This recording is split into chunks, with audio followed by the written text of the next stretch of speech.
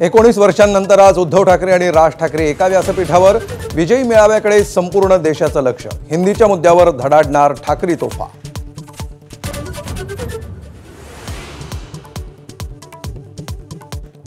मराठीसाठी एकत्र येणारे ठाकरे बंधू आता राजकीय दृष्ट्याही एकत्र येणार का याची उत्सुकता।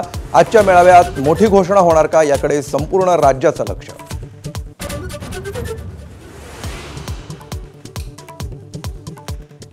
राजकीय चिन्ह आणि पक्षांचे झेंडे न वापरता मुंबई आणि वरळीमध्ये विजयी मेळाव्याचे बॅनर, मराठीचा गौरव करणारे संदेश दोन्ही पक्षांच्या फलकांवर।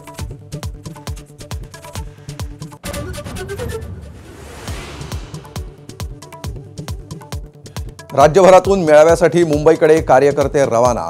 नाशिकमध्ये कार्यकर्त्यांनी उभारली विजयी गुढी, तर पुणे आणि पालघरचे कार्यकर्तेही विजयी मेळाव्यासाठी निघाले।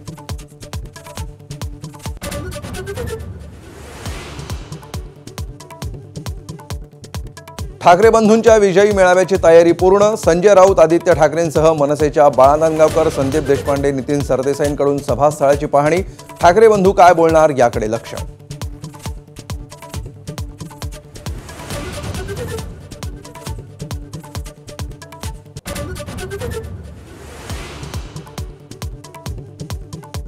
मराठी भाषेवरून कुणालाही मारहाण करणं खपवून घेणार नाही।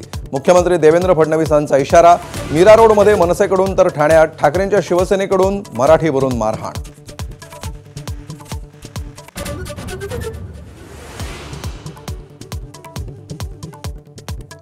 पुण्यातल्या कार्यक्रमात अमित शहांच्या समोर एकनाथ शिंदेंनी दिला जय गुजरातचा नारा। चौफेर टीकेनंतर उद्धव ठाकरे जय गुजरात म्हणतानाचा जुना व्हिडिओ दाखवत सारवासारव।